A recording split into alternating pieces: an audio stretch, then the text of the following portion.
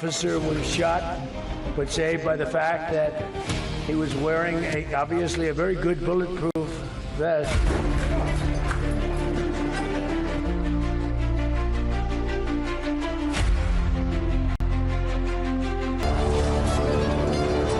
It was just totally unified. It was in one way a very beautiful thing to see. A man charged a security checkpoint armed with multiple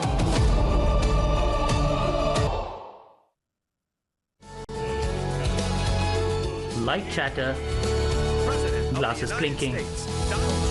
An evening of power and prestige unfolding normally. A room filled with influence. Top political leaders and journalists gathered for White House Correspondents Dinner at Washington Hilton Hotel. On stage, Donald Trump alongside the First Lady. The mood was relaxed, controlled and celebratory. One of the highlights of the evening, a live performance by a mentalist, Oz Perlman, engaging the crowd, adding a touch of showmanship to a night of politics and power. But then, the mood shatters.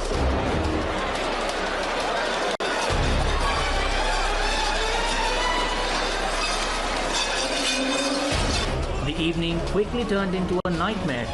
Panic spread in seconds and guests scrambled for cover.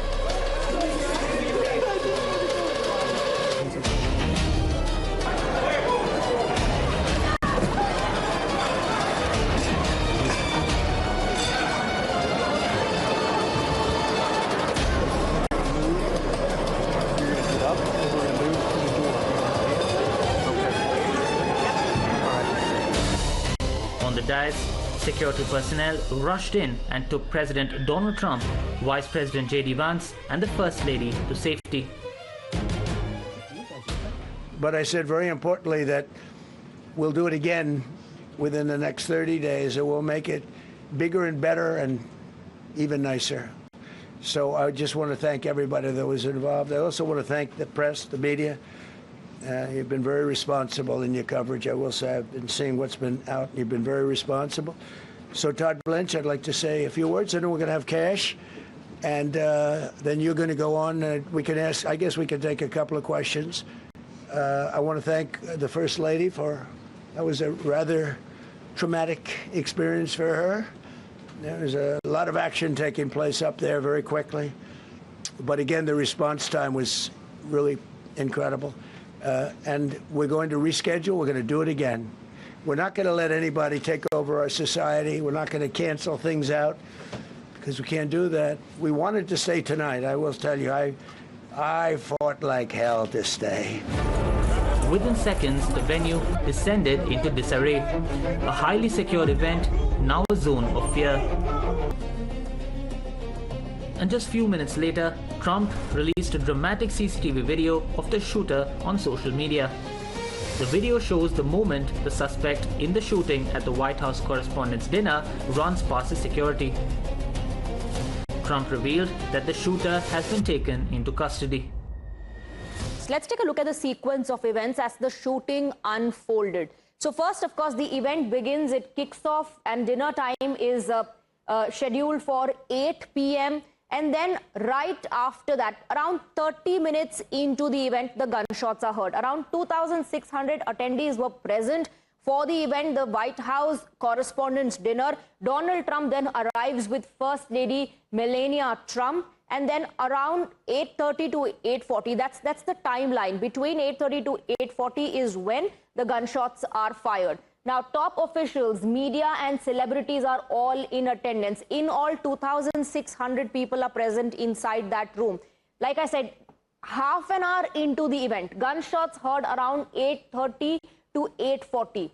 Reports suggest that 5 to 8 shots were fired. The firing took place near the magnetometer or the security screening area. Assailant attempts breach of secured zone. Now that leads to panic inside the ballroom. Attendees duck under tables and the Secret Service storms inside the room. Trump and Melania, of course, they briefly take cover behind the stage under the table. Then the President and the First Lady, along with the Vice President J.D. Vance, are all evacuated immediately by the Secret Service. The suspect is apprehended thereafter, shooter overpowered and taken into custody. Male shooter fired at one Secret Service agent. One officer was hit in bulletproof vest. No serious injuries reported. Then Donald Trump is confirmed to be safe. He himself puts out a message saying he's safe. Melania Trump and J.D. Vance also are safe, and no civilian casualties have been reported. White House dinner is then suspended after all these developments, after all this transpires. Now, even as the immediate threat was contained and the suspect was detained, several key questions remain unanswered. What are the questions that we are looking at? Let's in fact take a look here on the big screen. These are the unanswered questions. How did a gunman reach a high security event? Remember, the President of United States of America was present inside the ballroom during the event along with other dignitaries. Was this a failed target Trump attempt? Was this an assassinate Trump ploy? Did security protocols fail? The fact that he managed to go past the security zone. Was POTUS in direct line of fire?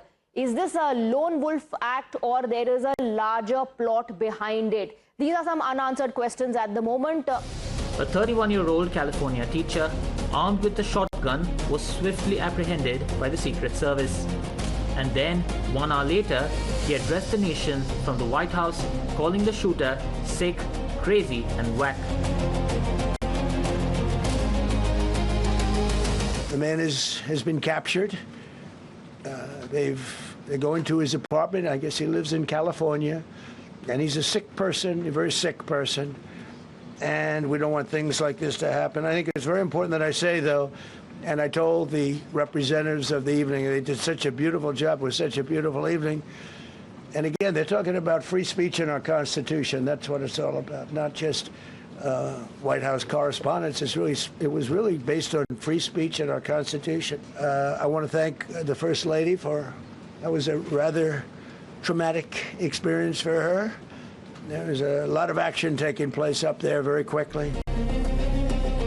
As Trump ruled out the Iran link, documents reveal the shooter's link to the Democratic campaign and the opposition party. Well, all you can do, look, I don't care how many people you have, how good they are. They can be the greatest people. You have the greatest security in history. If you have a whack job who's got a brain, but it's a little bit distorted or a lot distorted, they can make trouble. I would say, Pete, right? You know, they can make trouble. Some of these people are of genius level IQ, and they're nuts. So it can be trouble. So you do absolutely the best. You get the best. We have the best people. Well, look, it was proven tonight. He started running from 50 yards, and he was fast. He was like a blur on tape.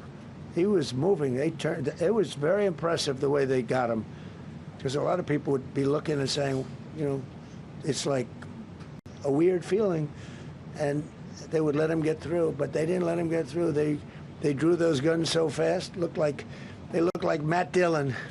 They looked like somebody that knew what they were doing, and we really do. But it comes with the territory, and if you want to do a great job, I really believe that. And you take a look at what's happened to some of our greatest presidents, and it doesn't happen to people that don't do anything.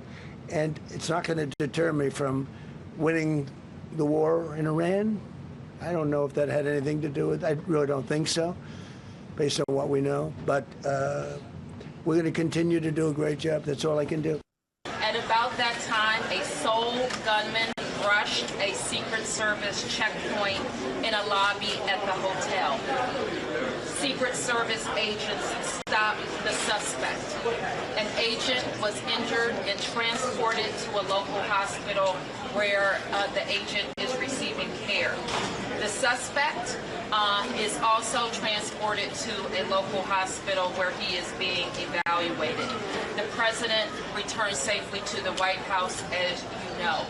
We are so very thankful to members of law enforcement who did their jobs tonight and made sure that all guests were safe. We have no reason to believe at this time that anyone else was involved. Donald Trump also suggested he may have been the target of the shooting. Were you aware of any threats? Was your team aware of any threats beforehand? And do you believe you were the target of this tonight? I guess. I mean, these people they're crazy. They're crazy, and you never know. He was very far away from me. He had to go through a lot.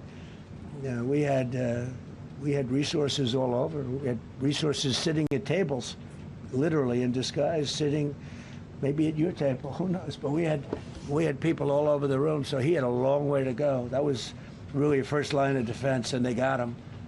And they really, they acted incredibly. No, there was no notification. We had no idea. Go ahead, Kevin. This was the third assassination attempt on Donald Trump in the last 3 years.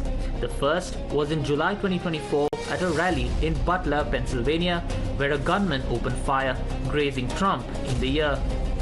The second came in September 2024 when Ryan Routh was arrested near Mar-a-Lago with a rifle and surveillance gear and charged with attempted assassination.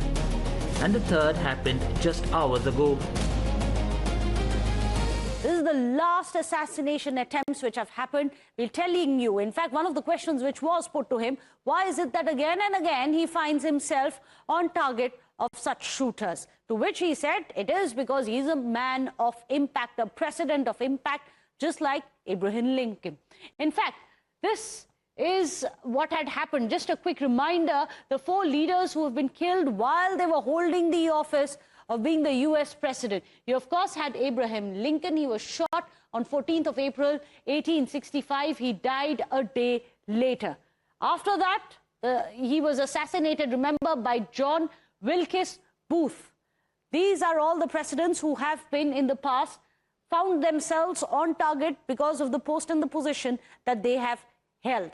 In fact, there's also James Garfield. He was shot on the 2nd of July, 1881. He died on 19th of September. He was assassinated by a man called Charles J. Guillory. In fact, this also had happened in Washington at a train station. Then there was another president, William McKinley. He was shot on the 6th of September in 1901. He also died on the 17th of September. He was assassinated by a man called Leon Cortez. In fact, this was on the Pan American Expo in New York, where the then sitting president was shot dead.